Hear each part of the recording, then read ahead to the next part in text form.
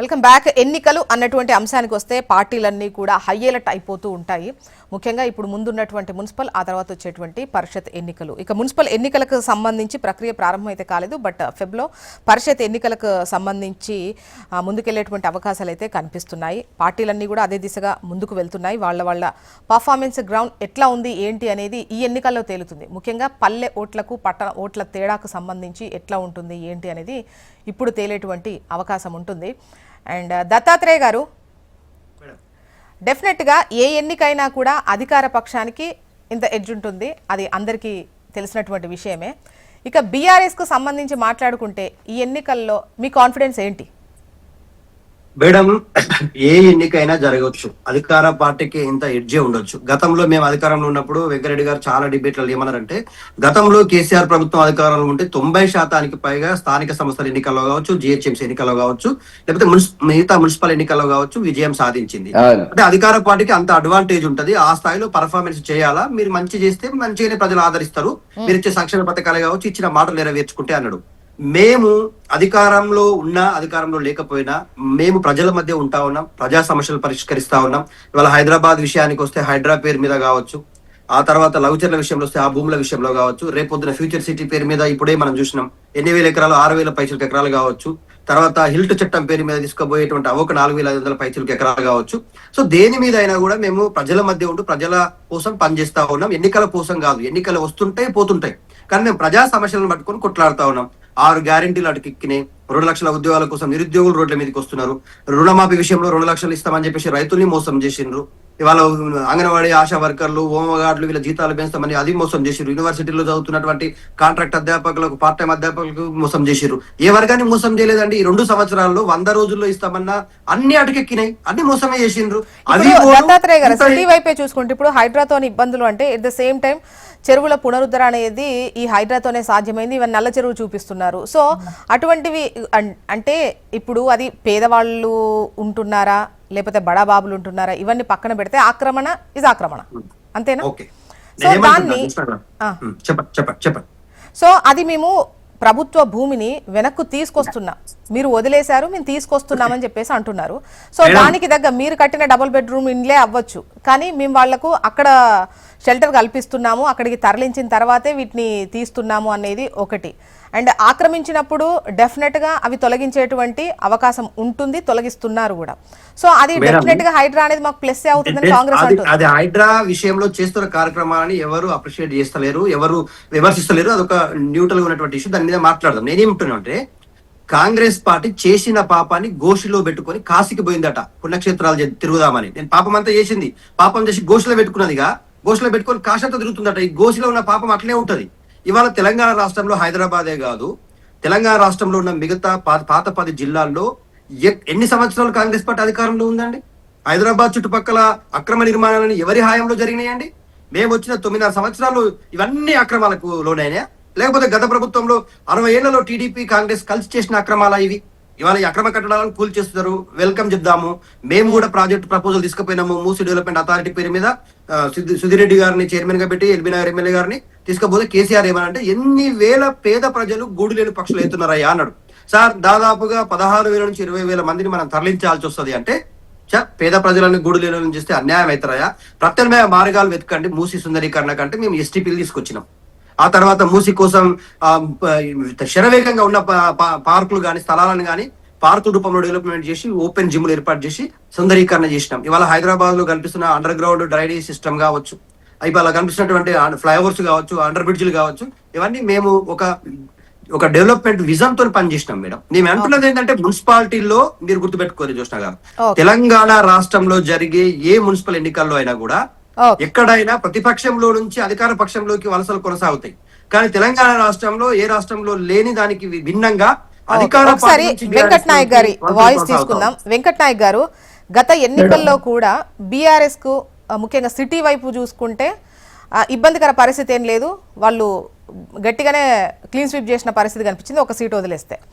So ఈ క్రమంలో ఒకవైపు పల్లెలకు సంబంధించే వాళ్లకు వ్యతిరేక పవనాలు వీచాయి ఆ టైంలో.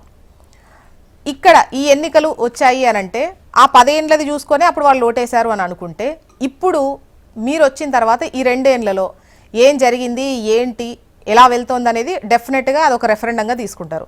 మరి మీ కాన్ఫిడెన్స్ ఏంటి ఇక్కడ? వెంకట్ నాయక్ గారు మాట్లాడినా ఆ? ఖచ్చితంగా మాట్లాడతా, కొంచెం ఉన్న విషయాన్ని యథార్థంగా మాట్లాడే ప్రయత్నం చేస్తా. మాట్లాడండి. మేడం కార్పొరేటర్లు అంటే ఒక ప్రజాసేవకులు ఉండే, ఇది ప్రజలకు మంచికి చెడుకు ఇబ్బందులకు ఉండే. ఇప్పుడు కార్పొరేటర్లు అంటే ఎట్లా తయారయ్యారంటే వాళ్ళ ప్రభుత్వం 10 సంవత్సరాలుగా రోడ్లు కొంచెం ముందు జరిగి కట్టితే పైసలు వసూలు చేసుడు, ఇళ్ల మీద పోయి పైసలు వసూలు చేసుడు, అదంతా ఒక చోటికి చేర్చుడు, దాన్ని మళ్ళీ పెట్టుబడిగా రాజకీయాల్లో పెట్టుడు, ఫ్లెక్సీల కోసం పెట్టుడు, కేటీఆర్ గారు వచ్చినప్పుడు పూలు జల్లుడు, ఇలాంటి ఒక వ్యవహార శైలిని దార్కార్లను దాంతోపాటు కొంతవరకు పైసలు వసూలు చేసే వాళ్ళను కార్పొరేటర్లుగా వాళ్ళు ఎంచుకొని చాలా మంది ఎవరైతే మనం ఊళ్ళ నుంచి ఇక్కడ వచ్చి ఒక 30 లక్షలకో 50 లక్షలకో ఇల్లు కట్టుకునే వాళ్ళ దగ్గర నుంచి 1 నుంచి 2 లక్షల వరకు వసూలు చేసే స్థితికి దిగజార్చి హైదరాబాద్. నేను ఒకటి అడగనా, ఇప్పుడు వాళ్ళనే కాదు, వాళ్ళని ఢీ కొట్టాలంటే మీ పార్టీలో కూడా అట్లాంటి టికెట్లే వాళ్ళకే ఇస్తారు కదా. ఇప్పుడు మీ పార్టీ నేతలు, ఇప్పుడు కేటీఆర్ వస్తే ఏర్పాట్లు హోర్డింగ్లు అంటే, మీ నేతలు వస్తే వాళ్ళే ఖర్చు పెట్టుకొని హోర్డింగ్లు పెట్టుకొని జనాలకు పైసలు ఇచ్చుకొని తెప్పించుకుంటారా, లేదంటే అక్కడ ఉన్నటువంటి స్థానికంగా ఉన్నటువంటి కాస్త బలమైన నేత వాళ్ళు ఏమైనా అరేంజ్మెంట్స్ చేస్తారా? మామూలుగా ఇది అన్ని పార్టీల గురించి అడుగుతున్నా, ఇక్కడ కాంగ్రెస్ ఒకటి ఫోకస్ కాదు. మేడం ఒకటి నేనేమంటున్నా అంటే యథార్థంగా మాట్లాడే ప్రయత్నం చేస్తున్నా. హంగుల హార్పాటాలకు మేము పెద్ద తావుయోం కానీ నేను చెప్తున్నా నా మాట మీరు ప్రధానంగా అర్థం చేసుకోండి. మేడం ఈరోజు హైడ్రా యొక్క పనితీరుని కార్పొరేట్ల యొక్క పనితీరుని ఒకసారి మీరు కంపేర్ చేసుకోండి మేడం. ఎందుకు టౌన్ ప్లానింగ్ ఆఫీసర్లకి డిమాండ్ సడన్ గా పెరిగిపోయింది, వాళ్ళ దగ్గర లాలుచిపడే అవకాశం ఎందుకు వచ్చింది? రోడ్లు ఇప్పుడు 30 ఫీట్ల రోడ్లని అంటాం మేడం. మనం 30 ఫీట్ల రోడ్లు కాస్త 15 ఫీట్లు అవుతాయి. ఈయన ఇటు జరుగుతాడు, ఆయన అటు జరుగుతాడు, దాని మీద ఏదైనా మాట్లాడాల్సి వస్తే కార్పొరేటర్ పోయి ఎందుకు మీరు జరగవచ్చు, ఇది ప్రభుత్వ ఆస్తి అని చెప్పి కాపాడే ప్రయత్నం చేయకుండా వీళ్ళ దగ్గర పైసలు తీసుకొని వాళ్ళ దగ్గర పైసలు తీసుకొని వాళ్ళని కాంప్రమైజ్ చేసి ఆ ఉన్న రోడ్లను తక్కువ చేసే ప్రయత్నం చేశారు. అదేవిధంగా చెరువుల దగ్గర భూములు కొన్నా కూడా కేవలం ఏమంటారు మన చిన్న నోటరీ మీద భూములు కొంటే మళ్ళీ వాళ్ళ దగ్గరగా పోయి పంచాయతీలు అయిన సందర్భాలు ఉండే. మాట నేను ఏమంటున్నా అంటే మేడం, ప్రభుత్వ ఆస్తులను ఒక ప్రజాప్రతినిధిగా కనుక కాపాడే ప్రయత్నం కనుక చేస్తుంటే సరే, మేమేమంటున్నాం పూర్తిగా మేము బీఆర్ఎస్ పార్టీ వాళ్ళ తప్ప మేము అన్నాం, కానీ గుడ్డి కంటే మెల్ల బెటర్ మేడం. ఈ తెలంగాణ రాష్ట్రంలో ఈ రోజు సిటీల పరిస్థితి ఎంత దారుణంగా తయారైందంటే మేడం, ఒక డ్రైనేజ్ వ్యవస్థ సరిగా లేకుండా, ఒక చెరువులోనే సరిగా లేకుండా, అంటే వనరులను పట్టించుకోకుండా కేవలం స్వార్థపూరితంగా ఏది నగరాలను నిర్మాణం చేసుకోవాలన్న ఆలోచనను గత 10 సంవత్సరాలుగా ఎస్టాబ్లిష్ చేస్తే దాన్ని మేము మానసిక పరివర్తన రావాలి మనసులో, చెరువుల మీద ప్రేమ రావాలి. చెరువులు అంటే కేవలం అది మనం వాడుకునేవి, మనం వాడుకొని వదులుకే వ్యర్థాలను భరించే అంశాలు కాదు. చెరువులు అంటే మనకు ఆహ్లాదాన్ని ఇచ్చి మన నీళ్లను పెంపొందించి రేపు మన భవిష్యత్ తరాలకు ఉపయోగపడే ఒక వనరులుగా మార్చే ప్రయత్నం హైడ్రా ద్వారా గౌరవ ముఖ్యమంత్రి గారు చేస్తున్నారు. రాజకీయంగా మేము ఎంత ఇబ్బంది పడ్డాం, రాజకీయంగా మాకు ఏమైనా ఇబ్బందులు వచ్చినా దానికి మేము పెద్ద ఇబ్బంది పడాం మేడం. ఒకటేంటంటే అల్టిమేట్ గా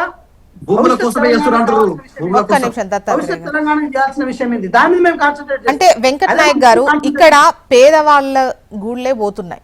దీనికి సంబంధించి ఈవెన్ బీజేపీ కూడా అపోజ్ చేసిన ఇదేం పరిస్థితి, ముందు వాళ్లకు ఒక షెల్టర్ ఏర్పాటు చేయాలి. అండ్ ఇంకొక లైన్ ఏంటంటే, ఏ ప్రభుత్వం వచ్చినా కూడా పేదవాళ్లకు ఇల్లు నిర్మించాలి అనేది ఒక కాన్సెప్ట్తో ముందుకు వస్తాయి. మీరు ఇందిరమ్మ ఇండ్లతోనే వచ్చారు, వాళ్ళు డబుల్ బెడ్రూమ్ ఇండ్లు.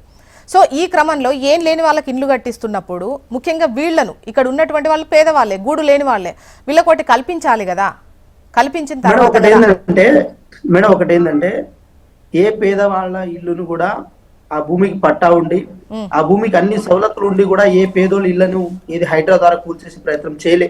ఒక మాట ఏంటంటే, ఇప్పుడు కన్వెన్షన్ కూల్చివేసినప్పుడు దాని పక్కన పేదవాళ్ళ గుడిసెలు కూడా ఉన్నాయి, వాటి జోలికి పోలే. వాటికి ఏమైనా ఆల్టర్నేటివ్ చూపించాల్సి వస్తే తప్పకుండా గవర్నమెంట్ చూపిస్తుంది మేడం. నేను గుర్తుందో లేదో ఈ విషయాన్ని సబ్మిట్ చేద్దాం అనుకుంటున్నా. వెంకట్ నాయక్ గారు, మీకు గుర్తుందో లేదో నేను చెప్తాను. ఒకటి ఏంటంటే, అసలు అధికారులు ఎక్కడికి పోయిళ్ళు, వీళ్ళకి పర్మిషన్ ఇచ్చిన వాళ్ళు ఎక్కడ అని పెద్ద ఎత్తున, అంటే పర్మిషన్ ఉన్న వాళ్ళే ఎవరికి కూల్చలేదని మాత్రం చెప్పకండి. ఎందుకంటే ఆ పర్మిషన్ ఎలా వచ్చింది, ఏంటి తప్పుదోవలో వచ్చిందా, ఇంకోటి ఆ లెక్కలు వేరు. బట్ పర్మిషన్స్ ఉన్నవి కూడా కూల్చేసినటువంటి పరిస్థితి అయితే ఉండే. సో అధికారులు ఎక్కడ అనేదే ప్రతిపక్షాలు గట్టిగా మాట్లాడిన పరిస్థితి ఆ రోజు ఉండే. మీరు ముఖ్యమంత్రి గారి బ్రదర్ వెంకట్ నాయక్ గారు మాట్లాడారు మేడం. ఒకటి దత్తన్న ఒక మాట మేడం, ఒకప్పుడు లేక్ వ్యూలకి డిమాండ్ ఎక్కువ ఉండే. లేక్ వ్యూ అంటే ఒక 2000 3000 ఎక్కువ స్క్వేర్ ఫీట్ కి ఎక్కువ వేసి కొనాల్సిన అవసరం ఉండే. ఇప్పుడు లేక్ వ్యూ అంటే భయపడుతున్నారు మేడం. అంటే చెరువుల పక్కన చెరువులను కబ్జా చేసి కొన్న భూములకి డిమాండ్ ఎక్కువ ఉన్న సందర్భాలు ఉండే మేడం. సామాజిక బాధ్యత ఏర్పడుతుంది మేడం. ఇప్పుడు హెచ్ఎంటీవీ ఆఫీస్ లో మీరు కూర్చున్నారు, హెచ్ఎంటీవీ చుట్టూ మొత్తం కాంక్రీట్ జంగలే ఉంది మేడం. హెచ్ఎంటీవీ చుట్టుపక్కల ఆ భూమి అనేది ఉంటే, ఆ భూమిలో నీళ్లు ఇంకితే, బోర్ల నుంచి నీళ్లు వస్తే ఆ నీళ్ళని మనం అవసరాల కోసం వాడుకుంటాం కదా మేడం. హైదరాబాద్ మొత్తం కాంక్రీట్ జంగల్ అయితే నీళ్ళు ఎక్కడ ఇంకాలే, బోర్లకు నీళ్ళు నుంచి రావాలి, ఏది జనాభా పెరుగుతుంది. దాదాపు హైదరాబాద్ రింగ్ రోడ్ లోపలే ఏది అఫీషియల్ గా 1.5 కోటి జనాభా ఉంటే అన్అఫీషియల్ గా 2 కోట్ల జనాభా ఉంది మేడం. ఈ 2 కోట్ల జనాభాకి నీళ్ళు ఎక్కడి నుంచి రావాలని కూడా చాలా ఇంపార్టెంట్ కదా. ఓకే అండి, మళ్ళీ వెంకటనాయక్ గారు మళ్ళీ ఒక నిమిషం మీ వాయిస్ తీసుకుంటాను. వెంకటరెడ్డి గారు, మరి బీజేపీ కాన్ఫిడెన్స్ ఏంటో మీరు చెప్పాలి. ఎందుకంటే ఒకవైపు అధికార పక్షం, అటుంది 10 ఏళ్లు పాలించిన ప్రతిపక్షం. సో మీ కాన్ఫిడెన్స్ ఏంటి? జ్యోత్స్న మేడం, ఒకటి చాలా స్పష్టంగా కనపడుతుంది ఏంటంటే, మీరు అన్నట్టుగా 3 రకాల ఎన్నికలు ఇప్పుడు తెలంగాణలో జరగవలసినటువంటి అంశం ఉంది. ఒకటి మీరు అన్నట్టుగా మున్సిపాలిటీలు 117, కార్పొరేషన్లో ఒక 6, పరిషత్ ఎన్నికలు ఉన్నాయి, మండలు, అవి అన్ని జిల్లా పరిషత్ వరకు జరగాల్సినటువంటిది ఉంది. ఇంకొకటి మూడవది చివరిది జిహెచ్ఎంసీ, గ్రేటర్ జిహెచ్ఎంసీ ఏదో అంటున్నాడు కదా, 3 భాగాలు చేసి దానికి ఎన్నికలు జరగాల. ఎన్నికలు జరగడం అనేటువంటి పెట్టాలన్నా పెట్టకూడదు అనేటువంటి ఒక అనుమానంలో ఉన్నారు. గ్రామ పంచాయతీ ఎన్నికల్లో రేవంత్ రెడ్డి గారు ఇచ్చిన లెక్క 66% మేము గెలిచాం అనేది తప్పుడు తడకలతో ఉన్నది. 1000 ఏకగ్రీవంగా ఎన్నికైన వాళ్ళు 1200 మందిని మా రెబల్స్ అని లెక్కేసి 2200 మంది సర్పంచులను వాళ్ళ ఖాతాలో వేసుకుంటే ఆ 66% వచ్చింది. నా లెక్కలో 52%. ఇంతకుముందు నేను చెప్పినట్టుగా చాలా డిబేట్లో కూడా నాకు మిత్రులు దత్తాత్రేయ గారు జ్ఞాపకం చేసినారు, అధికార పార్టీ ఏ పార్టీకైనా కూడా 75-80% ఓట్లు స్థానిక సంస్థలలో వస్తుంది. వచ్చిన వాళ్ళు కూడా దాన్ని వేరే రకంగా ఎన్నికైన వాళ్ళు కూడా పార్టీలో కలుస్తారు. తెలంగాణలో లేదు. కాకపోతే ఇక్కడ వచ్చిన సమస్య ఏంటంటే, రేవంత్ రెడ్డి గారు కాన్ఫిడెంట్గా లేడు. ఇప్పుడు మనం గెలుస్తాం అనేటువంటి దాని కింద అన్ని వ్యతిరేక పవనాలు వీస్తున్నటువంటి పరిస్థితి. మీరు దత్తాత్రేయ గారు చాలా లీస్ట్ చెప్పినారు, నేను చెప్పను. ఆయన చెప్పినటువంటి ఒక 2-3 పాయింట్లు ఏంటంటే, ఉద్యోగస్తులకు సంబంధించి, నిరుద్యోగులకు సంబంధించినటువంటి కీలకమైన అంశములు ఇలా ప్రభుత్వం మీద గొంతు పట్టుకునేటువంటి పరిస్థితి ఉంది. 6.5 లక్షల మంది ఉద్యోగస్తులు ఉన్నారు, 3.5 లక్షల మంది రిటైర్ ఉన్నారు, మొత్తం 10 లక్షలు. వాళ్ళ కుటుంబాలు ఇస్తే 50 లక్షల జనాభా. ఏ ప్రభుత్వంలో, నేను చాలా కాలం ఉద్యోగ సంఘాల్లో పనిచేసిన, గతంలో ఏ ప్రభుత్వం కూడా ఇంత దారుణంగా అణిచివేసిన ఒకే ఒక సందర్భం లోపల ఎన్టీ రామారావు గారు ఆనాడు స్వామినాథన్ గారు డిస్మిస్ చేసిండు, మళ్ళీ సరిదిద్దుకున్నాడు దానికి సంబంధించినటువంటిది. కాబట్టి భయంకరంగా ఉధృతంగా ఉద్యోగ సంఘాల మీద దాడి పెట్టి ఇప్పుడు ఏం మాట్లాడుతున్నారు గౌరవ ముఖ్యమంత్రి గారు, నా దగ్గర జీతం తప్ప ఏమి లేదు, మీరు ఇంకా అసంతృప్తి ఉంటే 2 గంటలు ఎక్కువ పని చేయండి అని చెప్పి వాళ్ళను వ్యంగ్యంగా మాట్లాడుతున్న పరిస్థితుల పడ వాళ్ళు చాలా ఆ పట్టణంలో ఉండేటువంటి వాళ్ళు కాబట్టి వాళ్ళు నిర్ణయాలు చేస్తారు, బెదిరిస్తే పరిస్థితి తీసుకొచ్చిండు. కాబట్టి అంత ఈజీగా కాంగ్రెస్ కి అనుకూలంగా వాతావరణం ఉందని చెప్పి నేనైతే భావించడం లేదు. నిరుద్యోగులు కూడా ఏం చెప్పినారు, 2 లక్షల ఉద్యోగాలు అన్నారు, అయిపోయింది, 2 సంవత్సరాలు అయిపోయింది. 1 సంవత్సరం లోపల 2 లక్షలు అన్నారు. నేను కీలకమైన కొన్ని చెప్తున్నాను. రైతు భరోసా దిక్కు లేదు, దివానం లేదు, అది ఏందో పేరు మార్చినారు, ఇంతవరకు అది పంటలు అయిపోతున్నాయి, వస్తున్నాయి. అంటే స్లోగా ఏం చేస్తున్నాడు అంటే, ఉద్యోగస్తుల విషయంలో 1 టైం సెటిల్మెంట్ గురించి ఆయన ప్రయత్నం చేస్తున్నాడు. 6 కరువు భత్యాలు ఇవ్వాలి వాళ్ళకి. 6 కరువు భత్యాలు అంటే 3 సంవత్సరాలుగా వాళ్ళ కరువు భత్యం పెరగలే. కరువు భత్యం అనేది జాతీయ స్థాయిలో ఉండేటువంటి ఇండెక్స్ నెంబర్స్ ప్రకారంగా ఉంటుంది. ధరలు పెరిగినప్పుడు పెంచాలి. ఇది గతంలో 75 సంవత్సరాలుగా ఈ దేశంలో ఉన్న ఆనవాయితీ, సాంప్రదాయము. మరి అన్ని రాష్ట్రాల్లో ఇట్లా ఉందా పరిస్థితి? కాబట్టి అనుకూలంగా లేదు వాళ్ళకు ఉండేటువంటి పరిస్థితి. ఇప్పుడు ఇంకొకటి ఏంటంటే, వాళ్ళు ఎన్నికలు పెట్టడానికి ఎందుకు ప్రయత్నం చేస్తున్నారంటే, గెలుస్తామని కాదు, 3000 కోట్లు కేంద్ర ప్రభుత్వం నుంచి రావాల్సినటువంటి 15వ ఆర్థిక సంఘం నిధులు రావాలా, 2450 కోట్లు గ్రామ పంచాయతీలకు రావాలా, 550 కోట్లు మున్సిపాలిటీలకు రావాలా. ఇవి రాకపోతే మార్చి 31 లోపల మనకి ఎన్నికలు జరపకపోతే ఏమైతుందంటే అవి రావు. నా లెక్కలో మేడం, ఒక్క నిమిషం, నా లెక్కలో మేడం, ఆ 2450 కోట్లు గ్రామ పంచాయతీలకు వస్తే 12,000 గ్రామ పంచాయతీలకు కనీసం ఒక తండా ఉన్న 500 కంటే తక్కువ జనాభా ఉన్నటువంటి తండా కూడా 20 లక్షలు వస్తుంది. మామూలుగా మాలాంటి గ్రామ పంచాయతీకి ఒక 3000 జనాభా ఉన్నటువంటి దానికి 72-80 లక్షల రూపాయలు వస్తుంది. మామూలు విషయం కాదు. 3 సంవత్సరాల నుంచి ఉన్నటువంటి పెండింగ్ ఉన్నటువంటి డబ్బులంతా జనాభా పద్ధతుల ఇప్పుడు అంటే ఏంటంటే, టిఆర్ఎస్ వాళ్ళు, కాంగ్రెస్ వాళ్ళు అంటారంటే కేంద్ర ప్రభుత్వం ఇప్పుడు మెయిన్ సాధారణ ఎన్నికలతో పోలిస్తే ఈ ఎన్నికలు అనేవి అన్ని పార్టీలకు క్షేత్ర స్థాయిలో ఎట్లా ఉన్నాము ఏంటి అనే దానికి కొలమానంగా చూసుకుంటారు. సో పంచాయతీల పట్ల అప్పుడు బీజేపీ పర్ఫార్మెన్స్ చూసాము. ఇప్పుడు ఈ మున్సిపల్ అండ్ పరిషత్ ఎన్నికల్లో మీది ఎట్లుంటదని అనుకుంటున్నారు, అది చెప్పండి. ఇప్పుడు చదువుకున్నటువంటి వాళ్ళు, మేధావులు ఈ ప్రభుత్వం ఇచ్చిన హామీలు ఏంది, ఏం జరిగింది, మోసం చేసినారు, గతంలో చేసిన ప్రభుత్వం లాగానే ఈ ప్రభుత్వం అంతకంటే వేగంగా ప్రయాణం చేస్తుంది అనేటువంటిది సమస్యలకు సంబంధించినటువంటి ప్రజల్లో ఉన్న అభిప్రాయం. అది మామూలుగా రాదు జడ్జిమెంట్, ఎవరు చెప్పాల్సిన అవసరం లేదు. ప్రతి వాడికి ఆలోచన ఉంది, ప్రతి వాడు మీడియాతో కనెక్ట్ అయి ఉన్నాడు, ప్రతి వాడు యూట్యూబ్లో వస్తున్నటువంటి పరిశీలిస్తున్నారు. ఏం జరుగుతుంది తెలంగాణలో అభివృద్ధికి సంబంధించినటువంటి విషయం లోపల అసంతృప్తిగా ఉన్నటువంటి మాట వాస్తవము.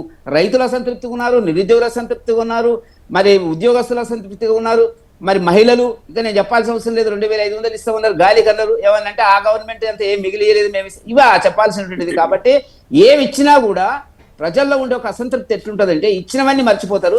ఆఖరికి మనం చూస్తుంటాము, మనం దావత్కి పోయినప్పుడు అన్ని బాగానే ఉన్నాయి కానీ స్వీట్ బాగాలేదంటారు. అరే అన్ని బాగున్నాయి అనేటువంటి దాన్ని పొగడరు. కాబట్టి మనిషి యొక్క అసంతృప్తి అనేటువంటిది ప్రభుత్వం మీద తీవ్రంగా ఉన్నమాట వాస్తవము. దాని యొక్క ప్రభావం తప్పకుండా కనపడుతుంది. పట్టణ ప్రాంతాల భారతీయ జనతా పార్టీకి మంచి అవకాశాలు ఉంటాయని చెప్పి మా అసెస్మెంట్ ఆ కోణంలో మేము ప్రయత్నం చేస్తాం. దత్తాత్రేయ గారు, మీరు హ్యాండ్ రైజ్ చేశారు, ఒక క్వశ్చన్ మాత్రమే అడగండి, లేదంటే మీరు చెప్పాలనుకుని ఒక లైన్ లో చెప్పండి, తర్వాత వెంకట్ నాయక్ గారు వాయిస్ తీసుకుంటే, ఎందుకంటే సమాధానం చెప్పుకోవాలంటే 2 సార్లు అవకాశం ఇవ్వాలి అధికార పక్షానికి.